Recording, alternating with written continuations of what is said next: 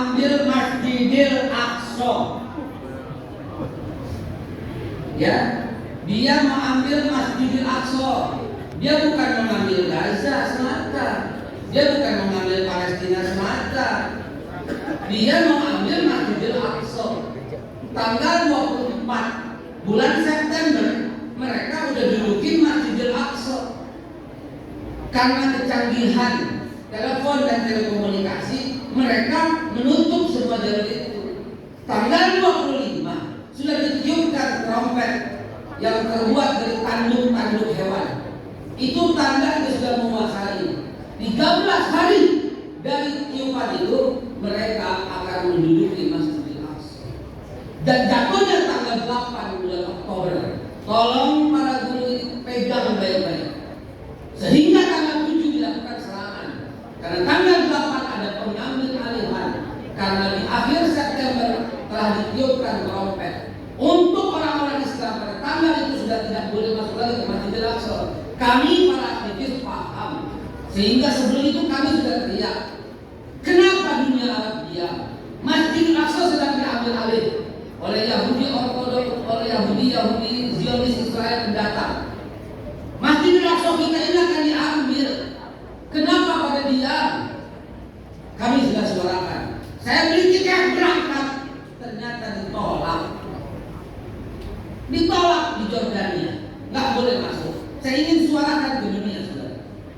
Akhirnya yang terjadi kemudian pulang lagi dan menanti kabar. Coba Anda lihat di Instagram saya, di Facebook, di Twitter. Sudah saya suarakan itu. Cepat bertindak karena Masjidil Aqsa akan diambil alih. Tujuan dia itu memang itu. Dalam protokol Jewish 23 protokol Jewish itu tercantum dengan jelas. Tujuan utama nomor 1 itu adalah menghancurkan Masjidil Aqsa untuk diganti dengan Solomon Temple yang baru. Itu tujuannya. Selama ini yang mencegah adalah penduduk Gaza.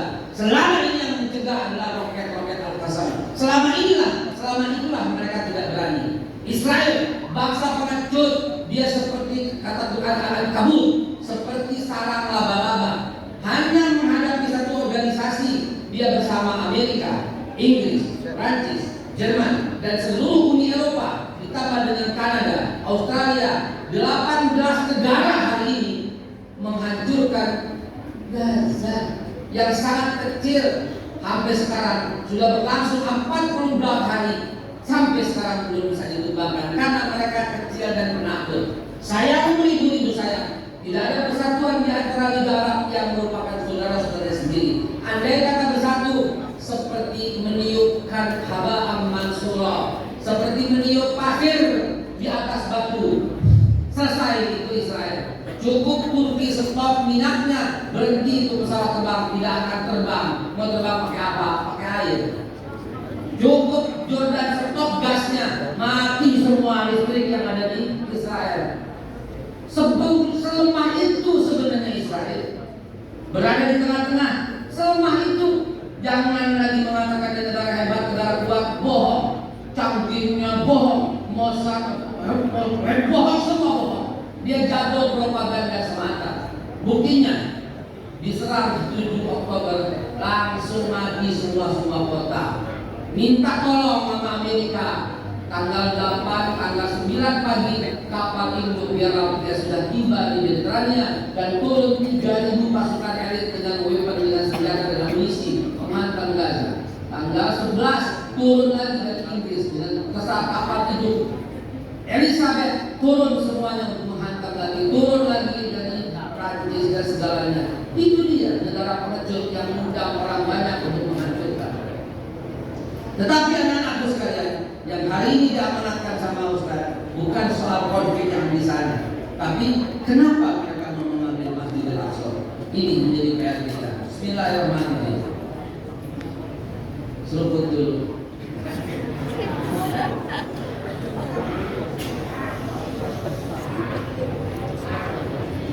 Alhamdulillah.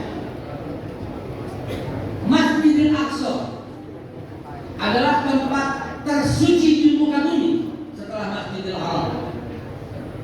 Nabi Muhammad yang ucapkan, Allah yang sebutkan dalam Al-Quran, Subhanallazi yasra asra bi 'abdihi lailan minal masjidil haram ila, disebut gandeng oleh Allah. Tempat tersuci setelah Masjidil Haram mungkin sama-sama derajatnya adalah Masjidil Aqsa. Dalam hadis sahih Bukhari Muslim muttafaqun alaihi, diriwayatkan dari Abu Dzar Al-Ghifari, Ibnu Abbas bertanya kepada Rasulullah, "Ya Rasulullah, bangunan apa yang pertama kali dibangun?" Nabi menjawab, "Masjidil Haram." Kemudian apa ya Rasulullah? Nabi menjawab, "Masjidil Aqsa." Ditanya lagi, berapa jarak pembangunannya ya Rasul? Nabi menjawab, 40 sanawat, 40 tahun. Artinya Masjidil Aqsa dibangun oleh orang yang sama, oleh Nabi Ibrahim alaihissalam.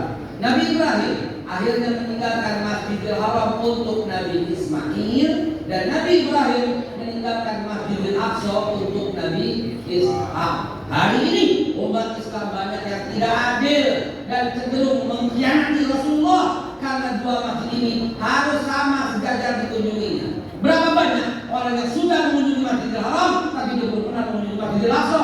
Ini orang-orang khianat pada Rasul karena dia telah mengabaikan Masjidil Aqsa. Andai kata semua orang yang ke Masjidil Haram, semua orang yang umrah juga ke Masjidil Aqsa, tidak akan terjadi Masjidil Aqsa lepas dari tangan umat Islam. Ini masalahnya, saudara. Kalau antum bertanya guru-guru, saya berapa kali ke Masjidil Aqsa? Saya tidak menghitung, lebih dari 30 mungkin. Kenapa? Karena di sana perlu dapat edukasi kepada dunia. Rasulullah yang bilang kalau solusinya kunjungi berbondong-bondong, maka Israel akan takut dan pergi. Kalau ucapan Rasul sudah lagi percaya, ucapan siapa lagi? PBB. 38 resolusi telah dikeluarkan oleh PBB. Tidak satu pun dipegang, tidak satu pun dijalankan oleh Israel dan Amerika. 38 kali. Orang bodoh mana yang mau dibohongi selama 38 kali? Dan kemarin bikin lagi resolusi yang ke-39. Orang tolol mana mau dibohongi 39 kali? Kenapa tidak kembali kepada Rasul? Nabi sampaikan, la tusabbiha illa salah masjid, Masjidil Haram, Masjidil Haram, Masjidil Aqsa. Kunjungi itu 3 masjid. Wajib hukumnya. Masjidil Haram dibangun oleh Nabi Ibrahim, Masjidil Aqsa dibangun oleh Nabi Ibrahim. Dua-duanya sama sejajar, mesti dipegang dalam akidah umat Islam. Mekah bermegah-megah dengan bangunan yang luar biasa, dengan lampu yang gemerlap. Tapi Masjidil Aqsa dibiarkan begitu, kumuh, tidak tersentuh. Bagaimana ceritanya umat Islam? Berapa dana yang anda semua sudah keluarkan untuk Masjidil Haram? Tidak adil perlakuan umat Islam kepada Masjidil Haram dan Masjidil Aqsa. Tidak adil. Aqsa, kiblat pertama umat Islam. Allah tentukan kiblat umat Islam pertama itu Masjidil Aqsa. Sebelumnya tidak, dimanapun menghadap adalah wajhullah. Aqsa bukan haram, bukan Masjidil Haram ya. Masjidil Aqsa para surga. Allah memanggil Nabi Muhammad sallallahu alaihi wasallam ke Sidratul Muntaha dari Masjidil Aqsa, bukan dari Masjidil Haram. Masjidil Aqsa tempat pertemuan semua nabi dan rasul. Masjidil Aqsa adalah tempat dipilih oleh Allah untuk memanggil Rasulullah. Masjidil Aqsa tinggal di sana 23 orang nabi. Hanya Nabi Ismail dan Nabi Muhammad yang ada di Mekah. Selebihnya di Masjidil Aqsa dan di Tanah Haram dan sekitarnya. Allazi barakna haula. Masjidil Aqsa poros ke Sidratul Muntaha. Bisa saja Allah panggil Nabi dari Masjidil Haram, bisa saja Allah panggil Nabi dari Ka'bah, bisa saja, tapi tidak. Wa 'indahu mafatihul ghaibi la ya'lamuha illa Allah. Wa ya'lamu ma fil barri wal bahri. Wa ma tasqutu min waraqatin illa ya'lamuha.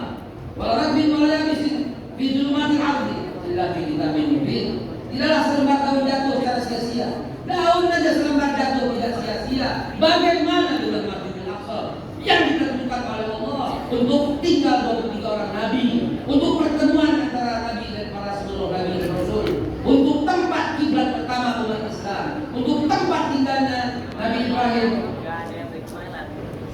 yang kemudian dilanjutkan Nabi Ishak, dilanjutkan oleh Nabi Yakub, dilanjutkan oleh 12 anak Yakub, dilanjutkan oleh Nabi Yusuf, pindah sebentar ke Mesir, diboyong ke Mesir, pindah lagi, dilanjutkan Nabi Yusuf bin Nun, dilanjutkan Nabi Musa, dilanjutkan Nabi Daud, dilanjutkan Nabi Sulaiman, Nabi Shu'aib, Nabi Ilyas, Nabi Ilyasa, Nabi Zakaria, Nabi Yahya, sampai Nabi Isa. Mereka tinggal di Masjidil Aqsa, bukan di mana-mana. Kurang mulia apa lagi Masjidil Aqsa?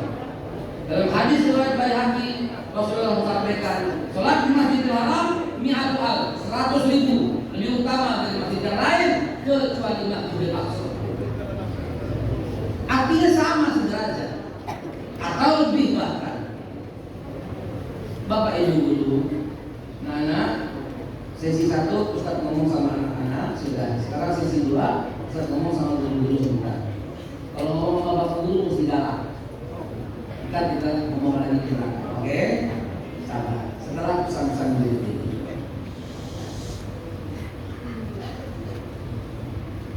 Anak-anak sekalian, Bapak Ibu guru yang saya hormati, masuk sesi sejarah. 1978 sebelum Masehi adalah lahirnya Nabi Ibrahim alaihissalam. Ibrahim sang bapak tauhid mewasiatkan ucapan-ucapan itu kepada anaknya. Lahirlah Ismail, lahirlah Ishak. Untuk Ismail ditinggalkan Masjidil Haram, untuk Ishak ditinggalkan Masjidil Aqsa.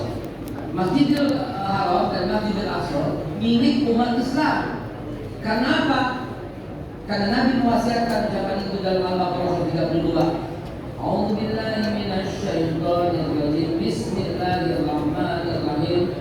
Wa wassa biha Ibrahim banihi wa Yaqub ya baniya innallaha astafa lakumuddin fala tamutunna illa wa antum muslimun. Wahai anak-anakku, kata Ibrahim, Ismail dan Ishak, sesungguhnya Allah telah menetapkan agama ini bagi kalian dan janganlah kalian mati melainkan dalam keadaan agama Islam. Jelas? Jelas? Jelas? Apa yang jelas? Apa agama Nabi Ibrahim? Apa agama Nabi Ibrahim? Apa agama Nabi Ibrahim? Apa agama Nabi Ismail? Apa agama Nabi Ishak? Apa agama Nabi Yakub? Apa agama Nabi Israel? Apa agama Nabi Israel? Kenapa masih ragu-ragu? Kenapa ada disebut Yahudi, Iran? Apa agama Nabi Israel?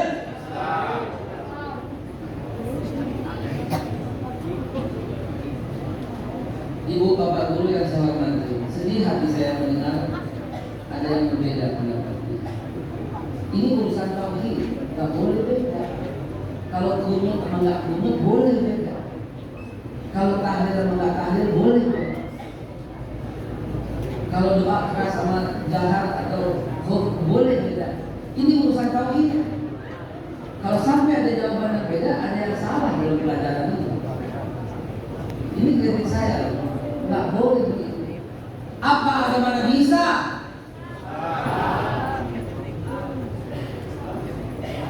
Apa agama yang dibawa Nabi Isa?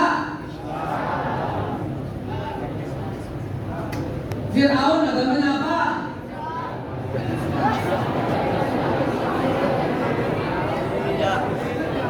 Kafir bukan agama, kafir sifat.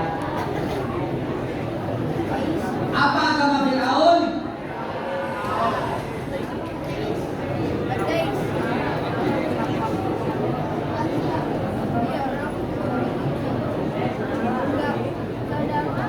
Menyembah berhala, kelakuan, bukan agama. Saya tanya agama. Fir'aun agamanya apa?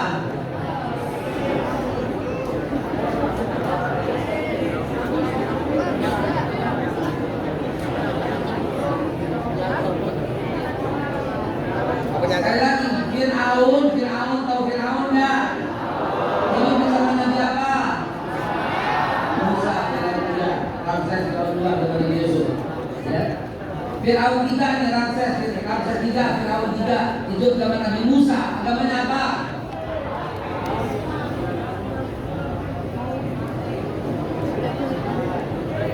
Ateis bukan agama. Politis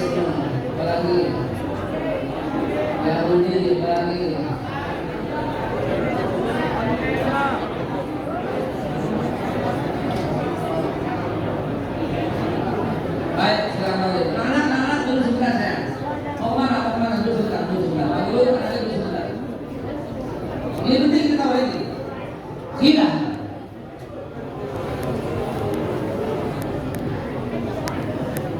Dengerin 5 menit. Dengerin 5 menit. Bismillahirrahmanirrahim. Surat Al-Hajj ayat 78. Allah bilang begini. Millat abikum Ibrahim wa sammakumul muslimina min qabl. Ikutilah agama kakek moyangmu Ibrahim. Dia Allah telah menyebut Islam, telah menyebut kalian Muslim sejak dahulu. Al-Imran 19, agama di sisi Allah hanya Islam. Inna dina inda Allah Islam. Al-Imran 83, 84, Allah menyebutkan agama Nabi Ibrahim wa Ismail wa Isa wa Yaqub wa Asbaq dan seluruh anak cucunya. Dia Musa wa Isa dan Nabi Musa dan Nabi Isa seluruhnya. La nufarriqu baina ahadin minhum. Tidak ada perbedaan di antara mereka semua. Wa nahnu muslimun, kami semua orang Islam. Karena belum ada Yahudi di zaman itu, belum ada Kristen di zaman itu. Karena semua agama cuma satu, Islam. Anak-anak jawab pertanyaan Ustaz setelah dapat informasi Quran itu. Tadi Al-Baqarah 132, Nabi Ibrahim Islam, anaknya Ismail Ishak, surat Yunus, surat Maryam 54-55. Anaknya Ishak Islam dan sholat, Al-Anbiya 72. Anaknya lagi Yakub Islam dan sholat, Al-Baqarah 133. Keturunannya Yusuf, surat An-Naml. Keturunannya lagi Musa, surat Yunus 84 sampai 87, Islam dan sholat. Nabi Daud, Nabi Sulaiman, seluruhnya Islam dan sholat. Semua Nabi beragama Islam, semua Nabi sholat. Sekarang jawab pertanyaan Ustaz. Jawab betul atau salah, gampang ya? Gampang. Islam itu menyempurnakan agama-agama sebelumnya, betul tak?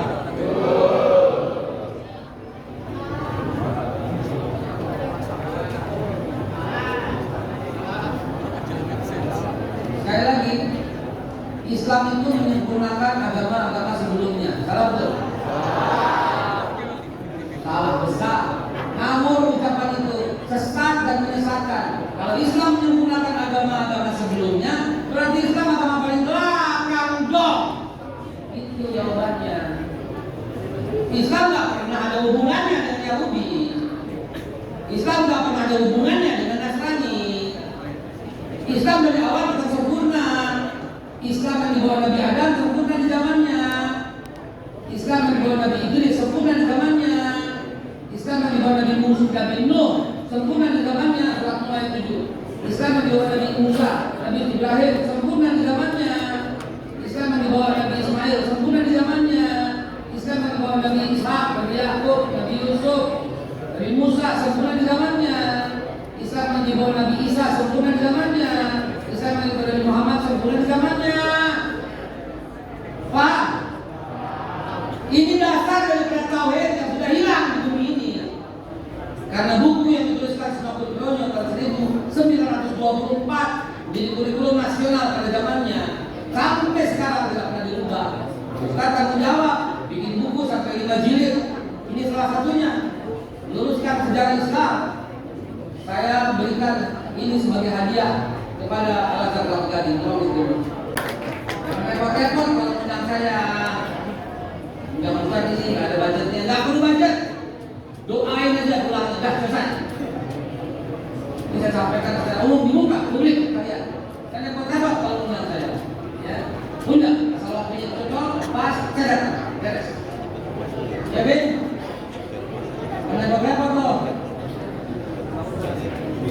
Hadirin yang saya hormati, yang saya muliakan, tolong itu dijadikan pegangan. Ya.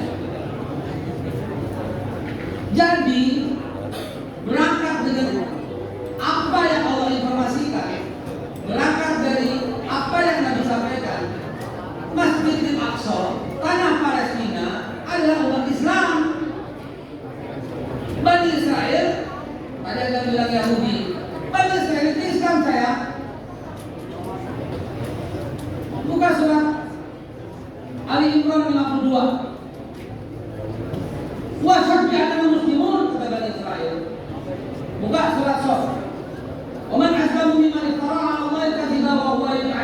Islam. Surat nomor 7.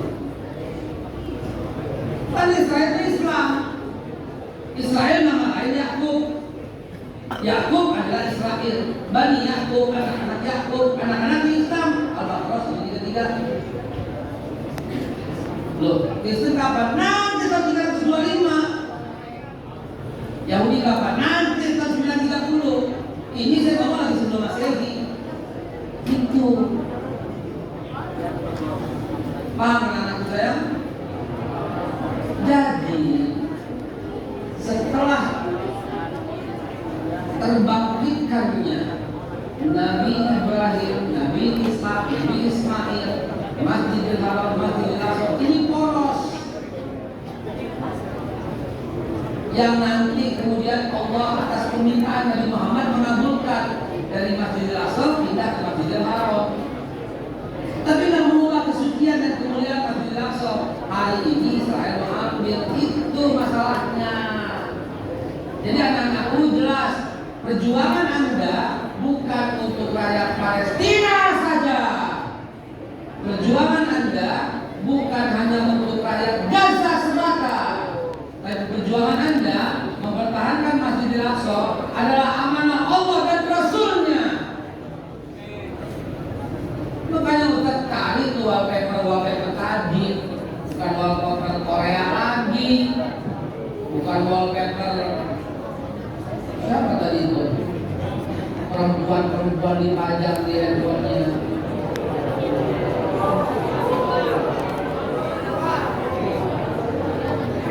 Masjidil Aqsa sudah membutuhkannya. Yang dihancurkan Gaza, karena di sana ada orang yang berani melawan. Sementara negara Liga Arab tidak berani, diem. Sementara orang-orang Yerusalem bukan berani, nggak bisa berbuat apa-apa, karena masuk ke sana itu tidak bisa bawa senjata, tidak bisa bawa barang-barangnya, bongkar dan sebagainya. Negeri yang terkukung penjara terbesar di dunia namanya Yerusalem, Hebron, Haifa, Yafa dan seterusnya. Gaza belum berhasil didudukin. Kalau Gaza didudukin dengan serta-merta mereka mengira Gaza udah rata, udah hancur, sehingga tanggal 24 September dia mulai menduduki. Sudah diduduki 2.000 orang Yahudi itu Al-Aqsa. Puncaknya perayaannya tanggal 7, tanggal 8 resmi. Begitu. Begitu Bapak Ibu. Oke, saya rasa sudah jelas clear bahwa halo. Sebentar kita tutup. Setelah Nabi Ibrahim membangun, dilanjutkan 4 penggalian Nabi Ishak, Nabi Yakub, Nabi Yusuf membawa semua ke Mesir. Di Mesir, Nabi Yusuf wafat, digantikan nanti oleh kesalahannya Nabi Musa. Nabi Musa kembali ke sana, ke Palestina, ke Al-Aqsa, wafat di Montevideo. Dan juga ke Nabi Yusuf bin Nun, dan juga Nabi Daud. Ada yang mengambil zaman Nabi Daud, namanya Goliat. Oke? Goliat itu David dan Goliat. Cerita Islam, Al-Baqarah mulai 24 sampai 25. Berhasil dikalahkan, jaga Masjidil Aqsa oleh Nabi Daud. Lalu oleh Nabi Sulaiman minta doa sama Allah supaya punya kekuasaan jin yang hebat. Buat apa? Buat menjaga Masjidil Aqsa. Catat ini baik-baik, ini berharga ilmu. Dan doa Nabi Sulaiman, ya Allah, pertahankan ini Masjidil Aqsa sampai dengan akhir zaman. Ya Allah, tidak satupun umat yang sholat di Masjidil Aqsa di akhir zaman kecuali dia seperti bayi yang keluar dari ibunya setelah sholat di Masjidil Aqsa. Dikabulin sama Nabi Sulaiman. Ini satu-satunya masjid di dunia. Orang yang datang ke sana, ya, orang ini satu-satunya masjid di dunia. Tidak terjadi di Masjidil Haram, tidak terjadi di Masjid Nabawi, tidak terjadi di masjid mana-mana di dunia. Ketika kita masuk di dalamnya, keluar seperti bayi yang keluar dari ibunya. Hanya Masjidil Aqsa.